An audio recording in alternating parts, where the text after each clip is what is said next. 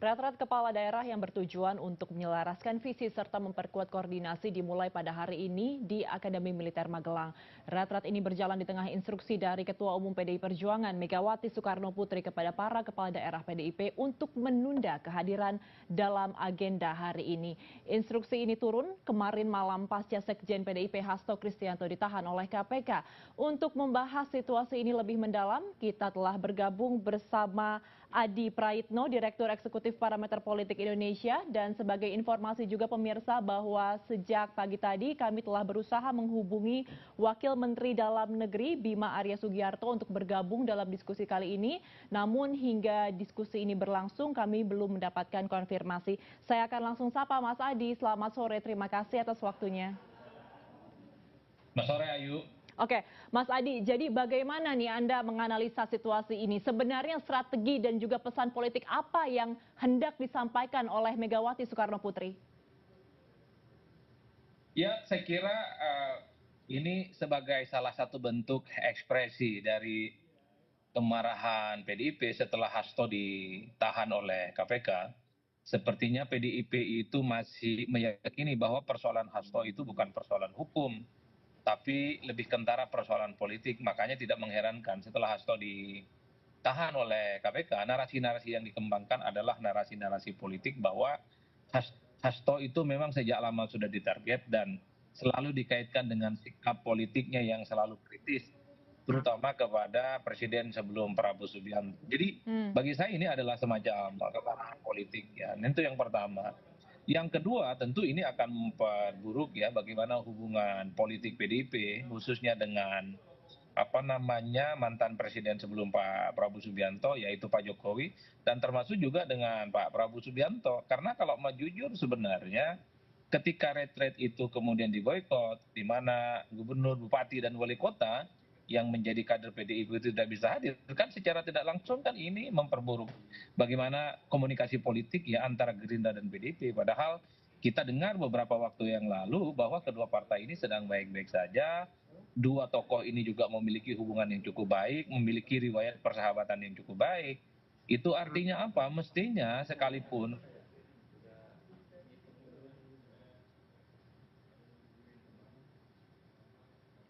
Mas Adi. itu Oke, baik Mas Adi, ada beberapa poin menarik yang Anda ungkapkan. Anda mengatakan ini adalah ekspresi kemarahan dari Ibu Mega. Kemarahannya ini berarti ditujukan kepada siapa, Mas Adi? Apakah kepada Prabowo Subianto, Joko Widodo, atau pemerintah secara keseluruhan?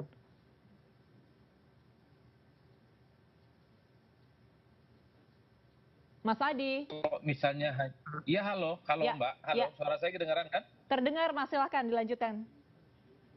Ya, saya kira memang kalau kita mau jujur ya, kita coba interpretasikan dari luar. Saya kira memang ekspresi kemarahan dan kekecewaan PDIP ini kan dialamatkan kepada Jokowi dan juga dialamatkan kepada pemerintah hari ini.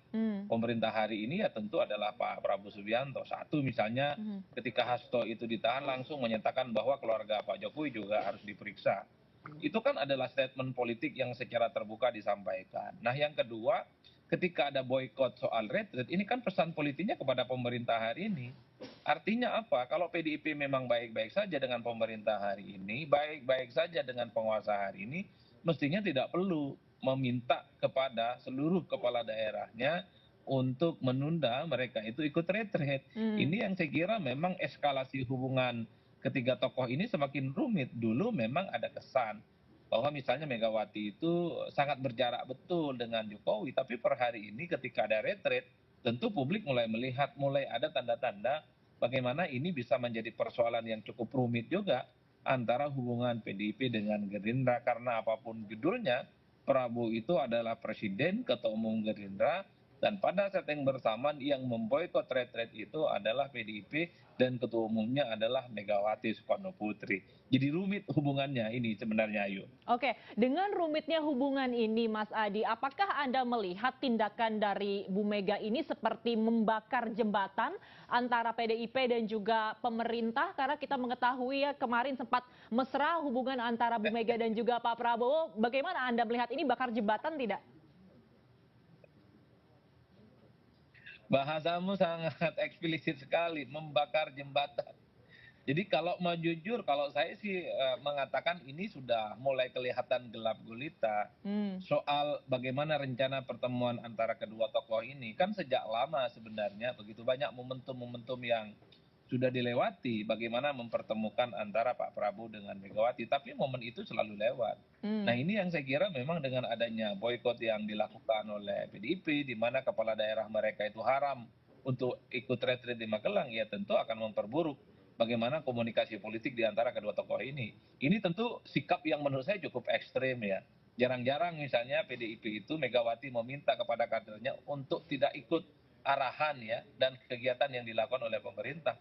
Padahal kemarin kita mendengarkan bagaimana statement kepala daerah PDIP seperti Rano Karno, seperti Pramono Anung mengatakan bahwa mereka akan tegak lurus mendengarkan instruksi dari presiden dan semua hal yang menjadi program-program prestisius pemerintah pusat itu harus disupport penuh oleh seluruh kader-kader PDIP. Tapi pasca penahanan Hasto, saya kira kemesraan itu sepertinya hilang begitu saja. Hmm. Saya kira pasca penahanan Hasto, chemistry itu seakan-akan tak ada bekasnya. Yang ada per hari ini adalah soal bagaimana hubungan antara kedua partai ini dipersepsi oleh publik itu sedang tidak baik-baik saja. Apalagi pada setting bersamaan kalau mau jujur, sekalipun Hasto itu sudah ditahan oleh KPK tapi tidak ditunjuk PLT, itu kan menegaskan Mhm. bahwa Hasto itu bukan aib bagi PDIP, tapi Hasto itu adalah keluarga besar, bagian dari marwah yang harus diperjuangkan oleh PDIP dengan siapapun yang kemudian berusaha untuk mentarget Hasto sebagai bagian dari target-target politik dan hukum. Jadi itu yang kemudian bisa kita tafsirkan, meski pada saat yang bersamaan KPK selalu mengatakan apa yang terjadi pada Hasto ini murni persoalan hukum dan tidak ada kaitannya dengan persoalan-persoalan politik. Jadi saya kira di situ Ayu konteksnya. Oke, baik. Kita masih akan membahas, Mas Adi, bagaimana nantinya retret ini akan berjalan dengan instruksi dari Ketua Umum PDIP Megawati Soekarno Putri. Tapi kita akan jeda sejenak terlebih dahulu, pemirsa. Jangan kemana-mana, tetaplah bersama kami.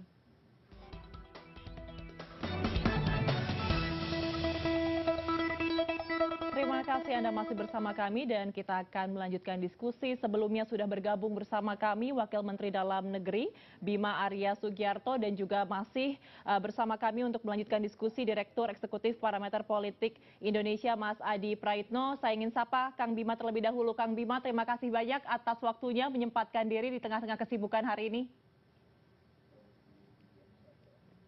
Sama-sama, Ayu. Oke, baik Kang Terima Bima. kasih. Sama-sama, Kang Bima. Jadi dari data yang sudah Anda himpun, saat ini ada berapa kepala daerah yang terkonfirmasi hadir dan yang tidak terkonfirmasi hadir?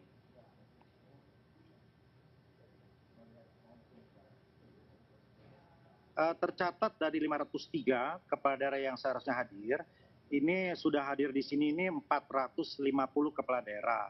Dari 450 ini ada 10 datang terlambat. Ini kebanyakan dari kepala daerah di Papua yang pesawatnya ditunda, di-delay. Nah, dan dari 450 yang hadir ini ada 19 yang kami berikan gelang merah karena punya kondisi fisik yang harus kita monitor pasca operasi, ada sakit dan lain-lain. Tetapi 19 kepala daerah ini sangat bersemangat untuk hadir, walaupun kondisinya tadi harus diberikan atensi, jadi kami berikan gelang merah begitu. Nah, jadi artinya ada 53 yang tercatat tidak hadir. Dari 53 yang tidak hadir itu ada 6 yang minta izin, sebagian itu karena sakit dan ada juga karena alasan keluarga gitu. Nah, jadi ada 47 yang tidak ada kabar. Bagi yang tidak hadir karena tadi sakit dan memang minta izin karena ada hajat keluarga, karena acara ini sangat penting untuk bisa memahami program pusat dan sinergi dengan daerah, bagaimana mengawal uang rakyat dan bagaimana kemudian bisa bekerja sama satu sama lain, maka pesan yang ada di sini harus tersampaikan di daerah. Karena itu kami minta yang tidak hadir dan izin tadi diganti oleh wakil kepala daerah. Jadi ada beberapa yang sudah mengirimkan wakil kepala daerah untuk menggantikan kepala daerahnya.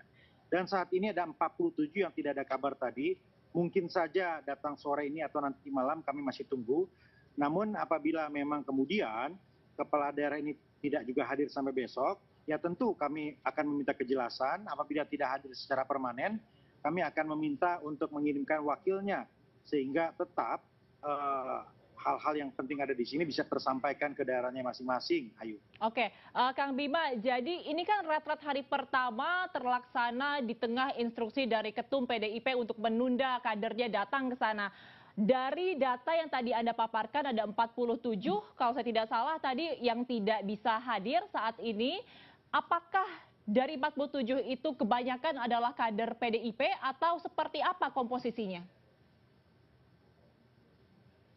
Kami belum sedetail itu.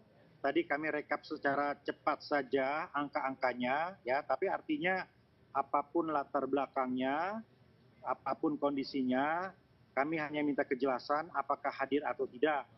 Kalau hadir tentu kita masih tunggu sampai nanti malam atau besok pagi. Dan kalau tidak bisa hadir, silahkan mengirimkan wakilnya untuk kemudian kepada daerah yang bersangkutan tetap harus mengikuti pembekalan ini pada gelombang yang berikutnya. Oke, baik Kang Bima, saya mengutip pernyataan Anda siang hari tadi, Anda mengatakan bahwa dasar hukum dari retret ini adalah undang-undang. Jadi kalau misalkan ada kepala daerah yang tidak datang, apakah akan ada sanksi yang diterapkan? Dasar hukum itu adalah bagi Kementerian Dalam Negeri untuk melakukan kegiatan-kegiatan peningkatan kapasitas kepemimpinan. Itu dasar hukum kami untuk ini. Namun terkait dengan mekanisme pemberian sanksi atau lain-lain, tentu itu merupakan kebijakan kepanitiaan yang ada pada setiap pelaksanaan kegiatan. Nah, kami memutuskan tadi, ya apabila berhalangan silahkan kirim wakilnya, dan kepala daerah yang tidak hadir tadi untuk diminta mengikuti pada rangkaian kegiatan berikutnya nanti yang akan diselenggarakan pada masa-masa berikutnya. Oke, ya. Jadi sanksi belum diputuskan ya, apakah seperti apa nanti akan diberikan kepada kepala daerah yang tidak hadir, begitu ya Kang Bima ya? Ya, sejauh ini keputusannya adalah seperti tadi, baik. Ya, dikirimkan wakil dan kemudian kepala daerahnya diminta untuk mengikuti lagi pada kloter berikutnya. Baik, saya ingin ke Mas Adi kembali. Mas Adi, ini kan kalau kita melihat situasi cukup dilematis ya. Ini adalah hari pertama retret, kemudian ada instruksi dari Ketum PDIP untuk menunda begitu. Nah, Anda melihatnya seperti apa sih? Karena ini kan sebenarnya kalau sebagai kepala daerah secara struktur eksekutif gitu, kepala daerah berada di bawah presiden, tetapi sebagai kader juga kan sebenarnya harus mematuhi perintah dari ketua umum. Apa sebenarnya yang ideal dalam kondisi seperti ini? Ya pertama ini menunjukkan bahwa ada partai politik yang tidak kompak ya untuk mengikuti retret dengan menginstruksikan kader-kadernya memboikot ataupun misalnya menunda keikutsertaannya dalam retret di Magelang. Itu jelas dan faktual. Nah yang kedua ini agak sedikit rumit dan kompleks ya Ayu. Satu sisi gubernur, bupati dan wali kota itu adalah mereka yang dipilih langsung oleh rakyat. Beda dengan menteri dan wakil menteri yang ditunjuk dan diangkat oleh presiden. Jadi memang kalau menteri dan wakil menteri termasuk kepala badan ya memang tegak lurusnya wajib itu hanya kepada presiden. Sementara kita tahu kepala-kepala daerah, gubernur, bupati dan wali kota ya mereka tidak dipilih oleh presiden, mereka tidak dipilih oleh wakil presiden. Jadi sebenarnya dalam konteks politik semacam ini, soal retret itu bukan suatu hal yang mestinya menjadi kewajiban ya, bukan sesuatu yang misalnya jika tidak ikut dan berhalangan hadir, baik disengaja ataupun tidak sengaja, itu dikenakan sanksi. Karena ini kan semacam misalnya bagaimana membangun komunikasi antara kepentingan pusat dan daerah. Ini yang sepertinya saya belum menemukan jawaban yang tegas dari pemerintah, dari Kemendagri bagaimana dengan kepala-kepala daerah. Anggap saja sampai gelombang kedua sekalipun tidak ikut retret, apa sanksinya? Ataukah hanya dibiarkan begitu saja? Kalaupun toh ada sanksi, pasti publik bertanya-tanya, apa urgensinya sanksi kepada kepala daerah yang nggak ikut retret? Bukankah kepala daerah itu tidak bisa diperintah oleh siapapun gitu, termasuk oleh eksekutif? Sementara yang bisa memerintah kepala daerah itu ya adalah pemilih-pemilih yang kemudian mereka berkontestasi dalam pilkada kemarin. Ini yang menurut saya satu sisi kepala-kepala daerah ini kalau mau jujur pastinya sangat dilematis. Satu sisi memang mereka itu menganggap retret itu penting, bisa berkomunikasi dengan banyak orang, kepala-kepala daerah yang lain, termasuk juga misalnya menimba ilmu soal bagaimana membangun kapasitas kepemimpinan. Tapi pada saat yang bersamaan, kepala-kepala daerah ini adalah mereka yang juga menjadi bagian dari pengurus-pengurus partai. Ini yang kemudian membuat kenapa kepala daerah yang sudah ada di Jogja itu tidak langsung datang ke TKP, tapi menunggu bagaimana perintah dari ketua umum selanjutnya untuk mengikuti atau justru tetap menunda mengikuti retret. Di situ letaknya, Mbak Ayu. Oke, oke. Saya ingin ke Kang Bima lagi. Kang Bima mungkin bisa ditanggapi pernyataan dari Mas Adi, bagaimana dari Kemendagri sendiri ini sikapnya akan seperti apa nih? Karena kan kalau misalkan dibiarkan begitu saja, takutnya dipikir bahwa retret ini tidak terlalu penting. Karena ketika tidak dilakukan, tidak ada orang yang berpartisipasi, maka tidak ada sanksi, tidak ada efek jera begitu. Bagaimana Anda menanggapi hal ini, Kang Bima? Tidak ada yang menyampaikan dibiarkan begitu saja.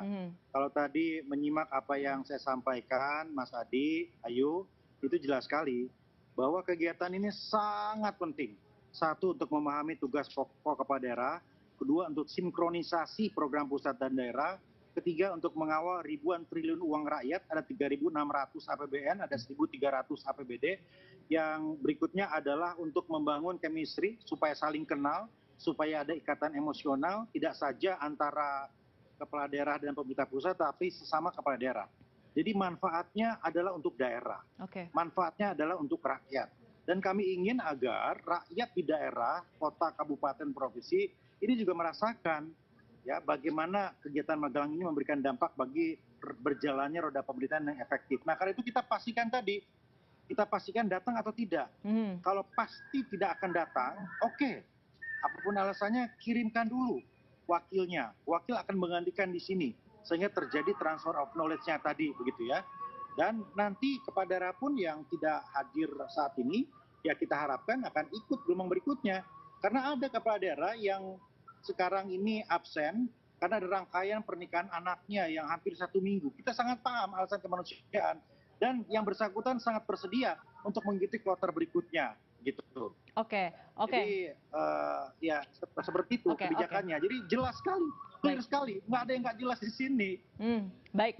Oke, Kang Bima, kalau memang ini sangat penting, saya sedikit mengutip pernyataan dari Presiden Prabowo Subianto kemarin. Dia mengatakan bahwa jika ada yang tidak sanggup untuk ikut retret, maka silahkan mundur. Mundur di sini maksudnya apa, Kang Bima? Apakah mundur dari retretnya, atau mundur dari jabatannya, atau mundur seperti apa ini maksudnya? Ya, kami lebih melihat yang disampaikan oleh Bapak Presiden lebih kepada kesiapan mental dan fisik, begitu ya. Karena kemarin kan dalam kondisi pelantikan sedang berbaris berdiri tegap, gitu. Jadi memang di sini butuh kondisi fit yang cukup prima, butuh juga kemampuan untuk fokus selama 7 hari. Nggak semua bisa fokus 7 hari, nggak semua bisa bangun pagi. Ya, bagi sebagian teman-teman misalnya juga perlu penyesuaian begitu. Nah, itu tantangan dari Bapak Presiden begitu. Tapi kami melihat tadi, ya catatannya tadi, ada 19 yang dalam kondisi sebetulnya kurang fit, tapi memaksakan saking semangatnya begitu. Ini kan hal yang luar biasa. Bahkan teman-teman dari Papua tadi itu bergelombang telat, ya pesawatnya tapi tetap memaksakan datang ke sini. Jadi kami melihat ada semangat yang luar biasa. Tinggal kami dalami tadi 47 ini masih sampai malam akan kami cek ya alasannya seperti apa. Dan ya kita berharap itu ada alasan kuat di situ. Oke, Kang Bima, tapi kan ini beberapa agenda dijadwalkan dipimpin langsung ya oleh Presiden Prabowo Subianto. Bagaimana tanggapannya terkait dengan situasi saat ini?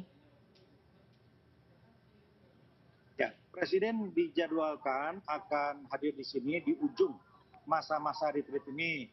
Ya, akan ada Parda Senja bersama Bapak Presiden dan akan juga arahan-arahan yang sangat penting di penutupan begitu. Ya, saya kira seperti itu rencana kehadiran beliau di retret Magelang 2025 ini. Oke, tapi terkait dengan instruksi untuk menunda kedatangan dari PDIP, belum ada tanggapan dari Presiden Prabowo Subianto? Ya, kami fokus untuk memastikan acara ini berjalan dengan baik, rundown-nya rapi, dan kepala daerah itu semua kami atensi betul untuk kenyamanannya, untuk kondisi fisiknya, dan lain-lain. Jadi kami fokus untuk rundown daerah, fokus untuk kesehatan fisik dari semua kepala daerah. Oke, baik, kita akan melihat bersama bagaimana nanti jalannya retret ini hingga tanggal 28 Februari dan juga berapa yang akhirnya akan hadir di sana. Kita harapkan lancar acaranya. Terima kasih telah bergabung bersama kami di sore hari ini Bima Arya Sugiarto, Wakil Menteri Dalam Negeri, dan juga Adi Prayitno, Direktur Eksekutif Parameter Politik Indonesia. Selamat sore.